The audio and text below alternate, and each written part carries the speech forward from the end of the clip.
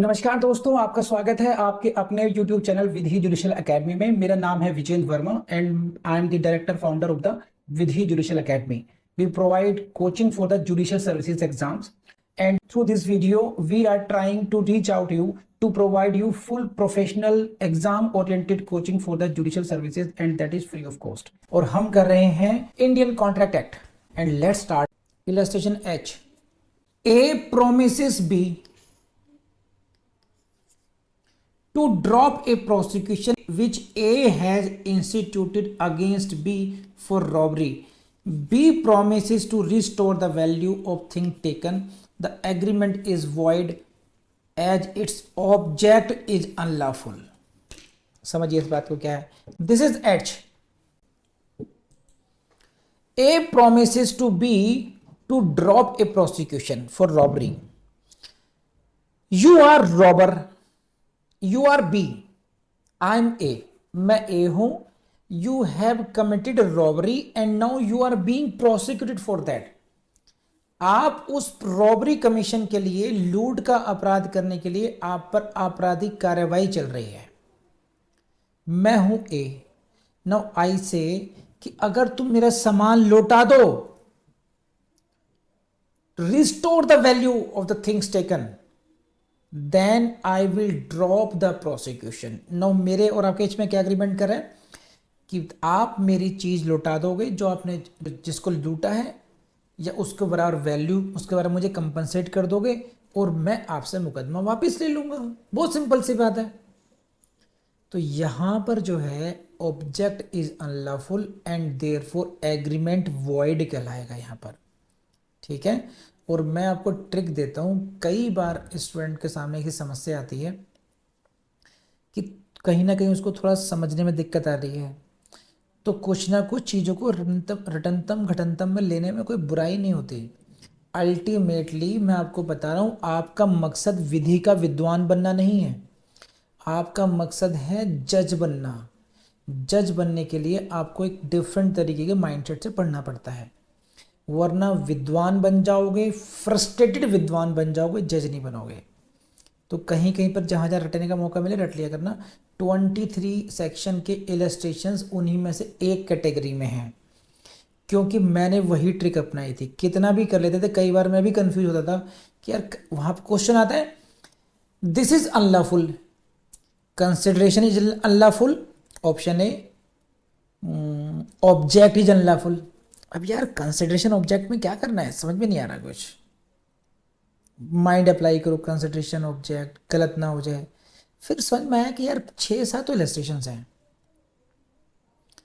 कर लो prosecution object unlawful, बात ही खत्म। इनको तो रट लो कम से कम।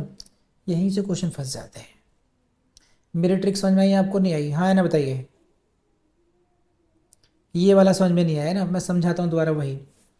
ये इसलिए समझ में नहीं आया क्योंकि हम लोग प्रैक्टिकली ऐसा करते रहते हैं। भाई हमें तो हमारे पैसों से मतलब है, हमें हमारा सामान मिल जाए, हमें मुकदमा नहीं चलाना। Everyone does like that, but it is not a legal process.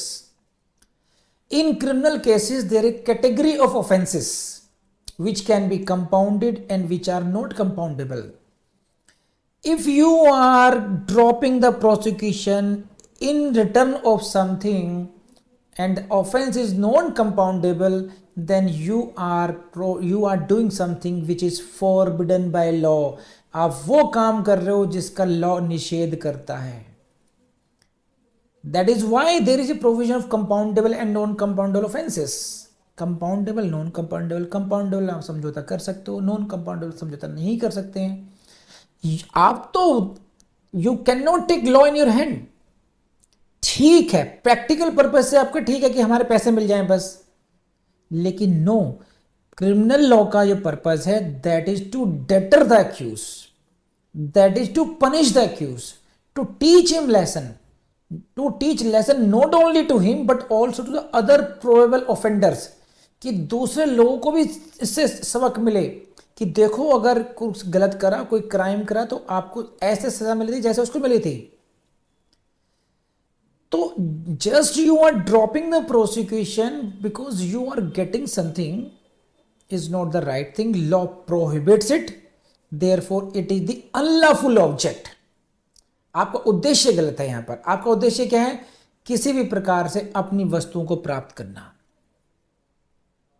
है ना। अभी चौधरी का एक क्वेश्चन है बड़ा मासूम सा, सर कहीं पे कंसिडरेशन अनलॉफुल है, कहीं पे ऑब्जेक्ट है, इसको कैसे रिकॉग्नाइज करें, ये समझ नहीं आया।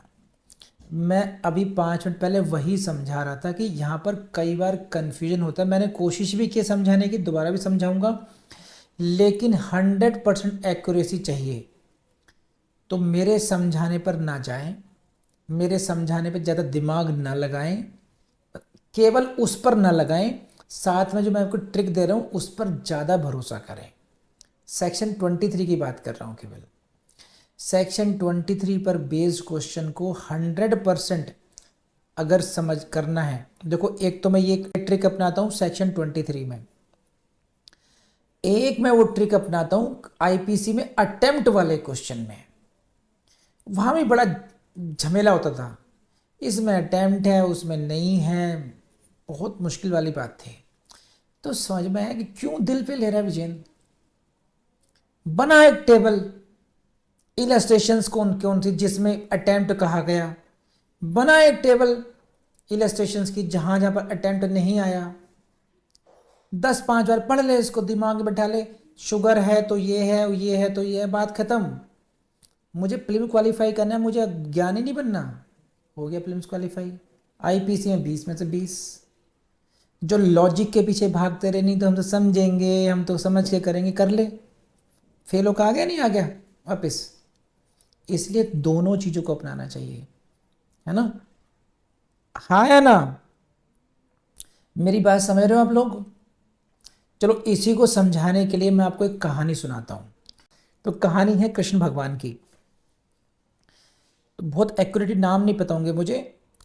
एक राक्षस था, काल नेमी ऐसे कुछ नाम था उसका। वो बार बार श्री कृष्ण भगवान को ललकार रहा था कि वो उससे युद्ध करे, और उसको ये वरदान प्राप्त था कि वो हारेगा नहीं। भगवान शिव से उसको ये वरदान प्राप्त था कि जो सामने आके लड़ेगा उसको हरा के ही मानेगा। इसी दम पर, इसी कॉन्फिडेंस पे बार बार श्री कृष्ण को ललकारता था। बार बार वो श्री कृष्ण जाते नहीं, कभी उसके सामने लड़ने जाते नहीं थे। तो फिर उनको बहुत बुरा भला, अरे तू ये है, तू तो वीर नहीं है, तू अधम है, तू मूर्ख है, तू कायर है, जितने भी अपशब्द हो सकते थे उसको। एक बार उनकी बहन का वो अपहरण करने चला गया, ले गया, अपहरण करके ले गया। अब कृष्ण जी के लिए मजबूरी हो गई लड़ना। तो आपके लिए एग्ज़ाम देना मजबूरी हो गई, या आपके लिए सेक्शन 23 या अटेम्प्ट या कुछ ऐसे टॉपिक से भिड़ना कई बार मजबूरी हो जाती है, जहाँ पर कई बार हमें डाउट होने लगता है कि सही करते करते गलत ना कर दें, ऐसा होता है। तो ऐसे समझ लीजिए युद्ध करना आपके लिए मजबूरी बन चुकी है। अब श्री कृष्ण भगवान ने सामने गए उसके, और फिर उन्होंने वापस भागना शुरू करा।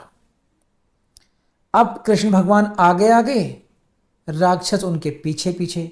अरे रुक कायर, अरे रुक कायर, रुक कायर, जाता कहाँ है, लड़ मुझसे। अब भागते भागते कृष्ण भगवान घुस गए एक गुफा में। उस गुफा में एक साधु थे, वो कई सालों से, वर्षों से अपनी साधना में लीन थे। वो लेटे हुए थे, उनकी साधना कहते हैं कि लेटे लेटे सोना ही उनकी साधना थी। और उनकी आंखों में इतना तप आ चुका था कि अगर वो आंख खोलकर देख लें तो सामने वाला आदमी भस्म हो जाए। तो कृष्ण भगवान ने उस राक्षस को उसी ट्रिक में फंसाया, वो भागे। तो अब मैं भागने से कहाँ रिलेट कर रहा हूँ कि कई बार भागना भी लाभदायक हो जाता है। जरूरी नहीं है हर जगह दिमाग लगाया जाए, जरूरी नहीं है हर चीज को समझ समझ के ही करा जाए।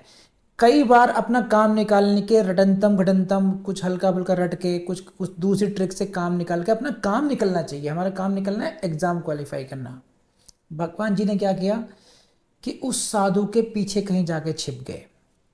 जब राक्षस आया उनको लगा कि यही कृष्ण भगवान है जो सो रहे, लेट गए हैं। उठ कायर, यहां पर आके सो गया तो ये शर्म नहीं आती।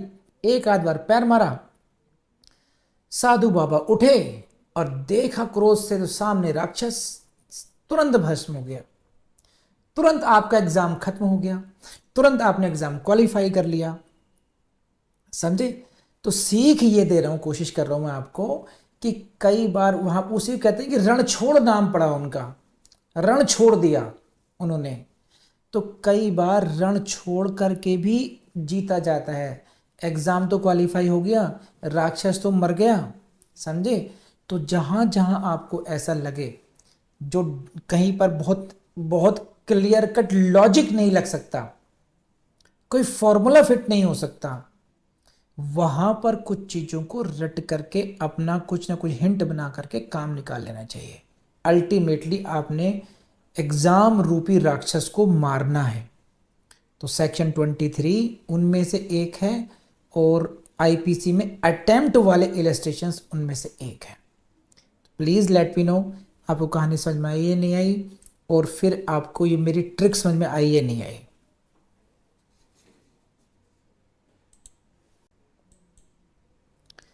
मेरा सपना है भाई सुपर 30 या सुपर 50 बनाने का, पता नहीं कब पूरा होगा, कि एक झटके में एक साल में इतने ऑफिसर एक बैच से निकले, चाहे वो ऑनलाइन हो या वो ऑफलाइन हो, है ना। और उसमें पहले मुझे लगता था कि जब मैं इस फील्ड में आया था कि मैं अपने दम पे कर लूँगा, लेकिन अब मुझे समझ में आया कि जब तक स्टूडेंट ना चाहे, अब ऐसे स्टूडेंट मिलते तो हैं लेकिन वो बल्क में नहीं मिलते कि एक साथ 30-40 धमाल मचा दें। तो आई बिलीव कि आप उस बारे में सोचोगे बहुत ढंग से कि आपको बहुत जल्दी सिलेक्शन लेना है, इन द वेरी कमिंग उसमें लेना है। और इसके लिए मैं आपको बता रहा हूँ, आई एम टेलिंग यू, आपको बहुत कम कोर्स करने की ज़रूरत है।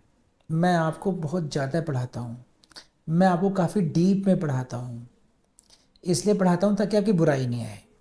लेकिन साथ ही साथ मैं आपको ये बताता रहता हूँ कि उतना ज़्यादा पढ़ने की ज़रूरत नहीं है। ज़रूरत सिर्फ इतनी बात की, जितना पढ़ा उसमें आप यूं सुना दोगे, बस 10 सेकेंड्स के अंदर पूरा का पूरा सेक्शन निपटा दोगे आप। उस मास्टरी के साथ करने की ज़रूरत है।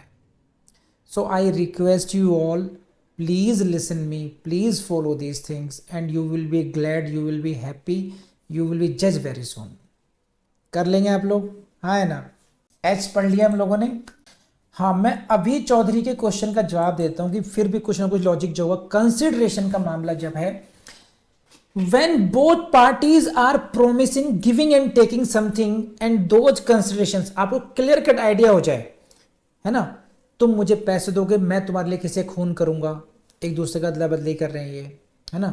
तो कई बार क्या ये ओवरलैपिंग भी हो जाते हैं, कंसिडरेशन और ऑब्जेक्ट ओवरलैपिंग भी हो जाते हैं, तो कई बार तो क्लियर कट आपको मिल जाएगा। तो कोशिश आप ये करें, मैक्सिमम टाइम वो आपके इलस्ट्रेशन से ही आएगा जो दिए गए हैं।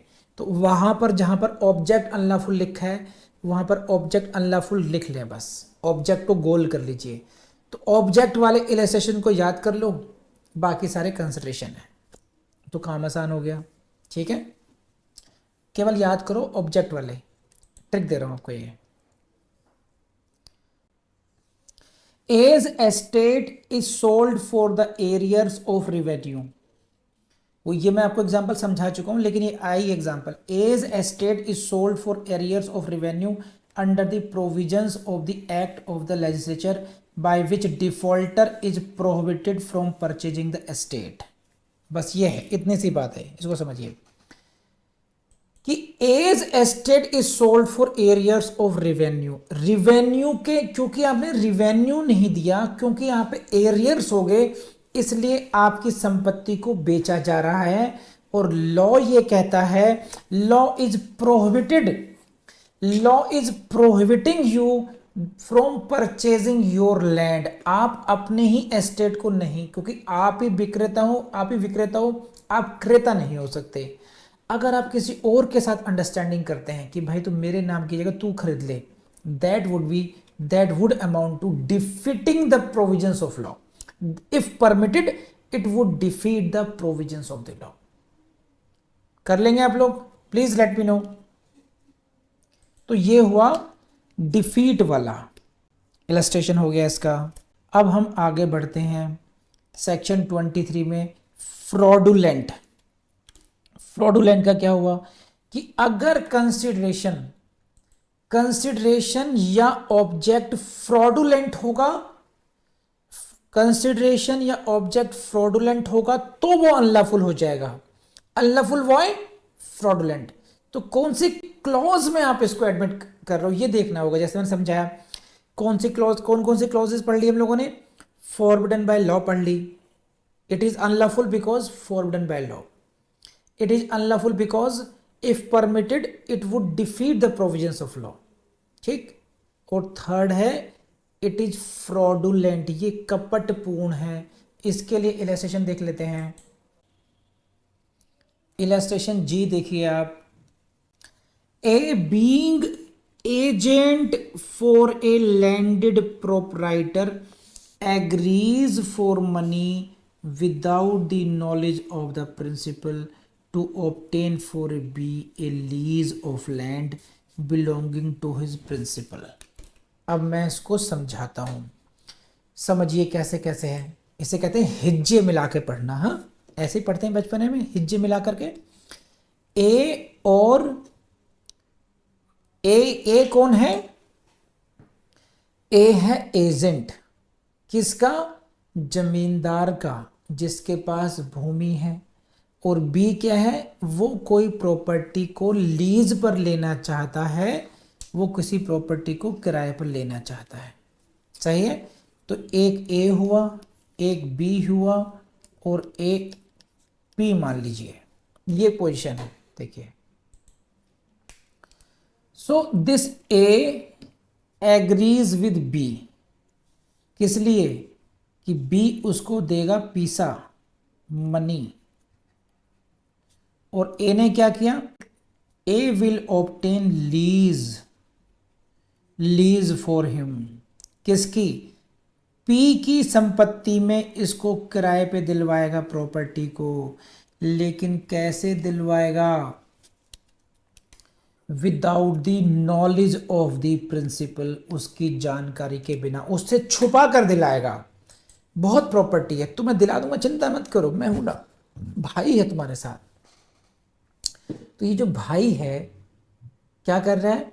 अपने प्रिंसिपल से चीजों को छुपा रहा है। और इसलिए कहते हैं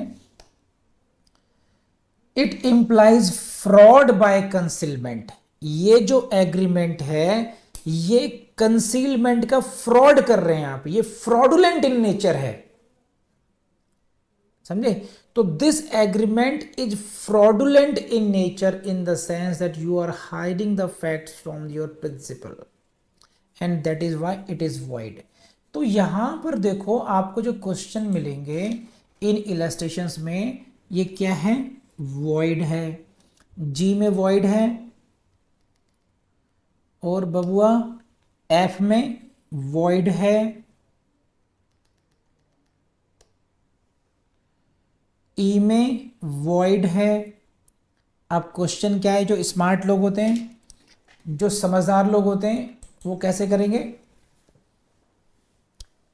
पढ़ लिया, समझ लिया, बहुत पढ़ रहे हैं, सही है। विजेंद्र जैसे देखिए स्मार्ट लोग कैसे करेंगे? वो उसके क्वेश्चंस देखेंगे पहले कि सेक्शन 23 पे प्रीलिम्स में क्वेश्चन आए कैसे हैं। ठीक। तो उनको समझ में आया कि अबे सेक्शन 23 की जो डायरेक्ट लैंग्वेज है वहां से तो क्वेश्चन तो आ ही रहे हैं, लेकिन भाई ये सिंपली ये नहीं पूछ रहा ये वॉइड है या वॉइडेबल है। ये वॉइड तो पूछ ही रहा है, उसके साथ साथ पूरी लाइन लगा देता है। Void as object is unlawful, void as is fraudulent. ये समझा, ये पूछता है हमें ये भी बताओ कि वॉइड है क्यों। तो अब विजेंद्र वर्मा पूरी लाइन रटनी पड़ेगी भाई, अगर 20 में से 20 करने हैं तो, वरना एक क्वेश्चन का तेरा रिस्क हो जाएगा। फिर अब रिस्क अपन ने लेना नहीं है। कसम खा रखी कि 20 में से 20 ही करने हैं, 15 में से 15 ही करने हैं कॉन्ट्रैक्ट में। तो मैं समझा चुका हूँ, तो वही बन जाओ रण छोड़, रटना पड़ रहा है तो रट लो उस तरीके से। तो इन शब्दों का ध्यान रखना। नॉट ओनली वॉइड से क्वेश्चन पूछेगा, कि ये एग्रीमेंट वॉइड है नहीं है, ये भी पूछेगा। ये वॉइड है तो क्यों वॉइड है, प्लीज लेट मी नो कि जो बात मैंने आपको समझाई अभी, ये बात समझ में आपको आई या नहीं आई।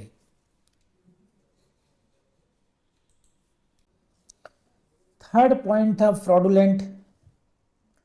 अब आ जाइए फोर्थ पॉइंट पे, इन्वॉल्व्स और implies injury to the person और property of another person, property of another, ये है fourth point. If the consideration of this agreement involves injury to the person और प्रॉपर्टी ऑफ समवन, किसी अन्य व्यक्ति के, व्यक्ति यानी कि पर्सन यानी कि शरीर पर, उसके शरीर या उसकी संपत्ति को अगर इंजरी होती हो, द कंसिडरेशन और object is related to the injury upon person और property of other, then it shall be considered to be unlawful and therefore agreement void। ये है आपका फोर्थ, involves और implies injury to the person or the property of another, ऐसे रट लीजिएगा। इनके case laws को हम लोग कल से शुरू करेंगे। एंड नेक्स्ट इज भी भाई बहुत भयंकर क्लॉज, बहुत पढ़ने वाले हो। The court regards it as immoral और opposed to public policy, court उस कंसिडरेशन को या ऑब्जेक्ट को इमोरल मानती हो, अनैतिक मानती हो, या वो उसको अपोज टू पब्लिक पॉलिसी मानती हो, लोक नीति के विरुद्ध मानती हो। तो ये पांचवा छठा भी कर सकते हैं, 6 पॉइंट हो गए बेसिकली। तो when the considers it consider immoral, immoral hence unlawful therefore void, immoral इसलिए अनलॉफुल इसलिए वॉइड, इस सीक्वेंस बनी, चेन बन गई इस तरीके से ये, ठीक है। The court regards it as immoral, what will be the result, the consideration और ऑब्जेक्ट विल बी अनलॉफुल। इसका फर्क, इसका क्या इफेक्ट होगा, एग्रीमेंट विल बी वॉइड। तो these are the situations, these are the situations when object or consideration is considered to be unlawful। अब इन सबको अगर आप पढ़ेंगे पहली लाइन से तब आपको समझ में आएगा, ये लाइन से। फोर्थ ठीक समझ में नहीं आया, फोर्थ क्या था भाई तेरा, चलिए फोर्थ समझाते हैं पहले। इन्वॉल्व्स और implies injury to what, injury to person और प्रॉपर्टी ऑफ अनदर, किसी व्यक्ति के संपत्ति या शरीर को नुकसान पहुंचाने के लिए अगर आप एग्रीमेंट कर रहे हैं तो वो भी अनलॉफुल कंसिडरेशन और ऑब्जेक्ट की कैटेगरी में आएगा। जैसे कि मान लीजिए ओवरलैपिंग हो सकती है, जरूरी नहीं कि एक सिचुएशन केवल एक ही क्लॉज में आए, तो मल्टीपल क्लॉज में हो सकता है। यहाँ पर जैसे मैं तुम्हें 1000 रुपये दूंगा अगर तुमने ये खुजली वाले कपड़े इसको पहना दिए किसी दूसरे व्यक्ति को ताकि उसकी बॉडी पर एलर्जी हो जाए। Now this agreement involves what, objective क्या है, to cause something, some injury to the person of other person, किसी व्यक्ति के शरीर को नुकसान पहुंचाने वाला एग्रीमेंट है। इसी प्रकार से किसी व्यक्ति की संपत्ति को नुकसान पहुंचाने वाले एग्रीमेंट जो हो सकते हैं वो सभी वॉइड होंगे, क्योंकि उनका उद्देश्य क्या है, अनलॉफुल है। आया समझ में नहीं आया सर? ये प्रियांशी कहें sir what does of another will imply in the fourth clause. Of another का मतलब है, देखिए मैं इसको ऐसे समझिए, A and B are agreeing injury to person और प्रॉपर्टी ऑफ सी, सी है अन्य व्यक्ति, किसी अन्य व्यक्ति सी के शरीर, पर्सन, उसकी प्रॉपर्टी, संपत्ति को इंजरी पहुंचाने वाला एग्रीमेंट इन दो महानुभावों ने किया है, ए ने और बी ने। Did you got it? तो ये हुआ। तो ये फोर्थ मैंने समझाया था, फिर आपकी क्वेरी थी, मैंने इसे रिजॉल्व कर दिया। आई बिलीव कि समझ में आया आपको। अब आगे बढ़े। अब इसको मैं पढ़ता हूं दोबारा। अब हेडिंग समझ में आएगी आपको दोबारा, सेक्शन 23। तो मैं इसको कंक्लूड करता हूं, और इस कंक्लूड करने से आपकी जनरल अंडरस्टैंडिंग दोबारा अच्छी होगी। देखिए कैसे। It was section 23। What considerations and objects are lawful and what not। अब आप समझ गए होंगे कि कब कब कंसिडरेशंस और ऑब्जेक्ट्स लॉफुल होंगे और कब नहीं होंगे। सेक्शन 23 यही समझाता है आपको। ठीक है, एक बात तो हेडिंग से क्वेश्चन आएगा। दूसरा आएगा, कंसिडरेशन और object of the agreement are lawful unless 1 2 3 4 5 6। जब तक इन 6 कैटेगरी में कोई केस नहीं आ जाएगा तब तक कंसिडरेशन और ऑब्जेक्ट को लॉफुल माना जाएगा, और जब केस आपका इन 6 क्लॉज में आएगा तब यह माना जाएगा कि उसमें कंसिडरेशन या ऑब्जेक्ट अनलॉफुल है। बोलो समझ में आई नहीं आई बात ये। अब लास्ट की 2 लाइन पढ़ लेते हैं। In each of these cases consideration और object of an agreement is said to be unlawful. यहां पर भी वैसे समझा दिया कि अगर in each of this cases मतलब 1 2 3 4 5 6 forbidden by law, if permitted would defeat the provisions of law, fraudulent, opposite to public policy, immoral, implying injury to person or property of other। इन सभी क्लॉजेस में अगर case fall करता है then the consideration or object is said to be unlawful, and every agreement of which the consideration or object is unlawful, that agreement is void।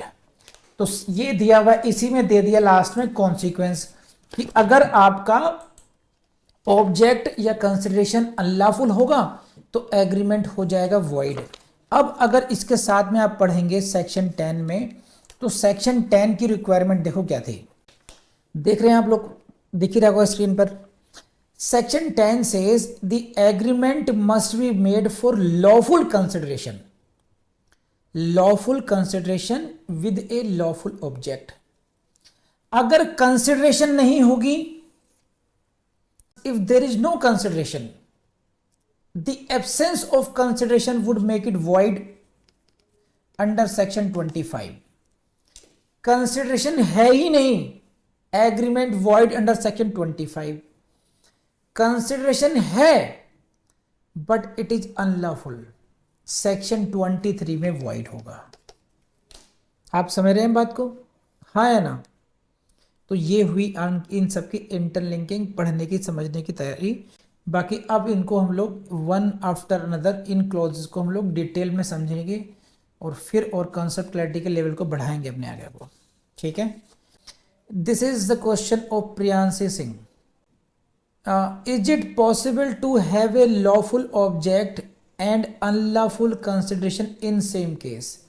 क्या ऐसा हो सकता है कि किसी एक केस में ऑब्जेक्ट तो लॉफुल हो, ठीक है, ऑब्जेक्ट लॉफुल हो और कंसिडरेशन अनलॉफुल हो। ठीक है, हाँ ये पॉसिबल है। इट इज नॉट नेसेसरी कि एवरी टाइम दोनों ही अनलॉफुल होने चाहिए। कैसे हो सकता है देखिए, जैसे ये तो था अभी देखिए कपटपूर्ण वाले मामले में था, ऑब्जेक्ट क्या है, क्या लेना है, किराए पर जगह लेनी है मुझे, जो भी लेसन डिस्कस किया था हम लोगों ने पहले, किराए पर जगह लेनी है। अब भाई प्रॉपर्टी किराए पे लेना कोई अनलॉफुल ऑब्जेक्ट तो है नहीं, लेकिन लिया किस तरीके से किया, फ्रॉडुलेंट तरीके से लिया गया। ठीक है, तो तुम उसके साथ फ्रॉड करके मुझे दिलोगे, तो ये हुआ फ्रॉड करके दिलाना, कंसिडरेशन रॉन्गफुल हो गई, अनलॉफुल हो गई, जबकि जो उसका ऑब्जेक्ट होगा वो वहां चला गया। ठीक है, इस तरीके से ऐसा हो सकता है। तो देयर में भी सो मेनी एग्जांपल्स। अभी हम इन सभी के मैंने कहा ना, अभी वन बाय वन हम लोग उनके केस डिस्कस करेंगे। क्यों? क्योंकि उन केसेस के फैक्ट से क्वेश्चन आते हैं प्रीलिम्स में। इसलिए इस सेक्शन के केसेस को डिटेल में पढ़ना जरूरी हो गया है। कर लेंगे। Bye bye. मुझे पूरी उम्मीद है कि वीडियो आपको पसंद आया होगा, आई नो दिस। लेकिन क्वेश्चन ये है कि क्या आप मेंटली प्रिपेयर्ड हो जज बनने के लिए? अपने से पूछना बस कि क्यों आप इरेगुलर हो जाते हो। आपकी हेल्प भगवान भी तभी करेगा जब आप खुद अपनी हेल्प करना चाहेंगे। तो बस लगातार पढ़ते रहिए, कंसिस्टेंसी से पढ़ते रहिए। बस यकीन मानो, आप 100% एक दिन जज बनोगे। यू कैन बिकम जज। बस आपको लगातार पढ़ना है, ठीक है? थैंक यू, अलविदा। और अब मिलेंगे नेक्स्ट वीडियो में जल्दी से ही। अभी अभी शुरू करो दूसरा वीडियो, ज्यादा आलस्य नहीं करना हमने।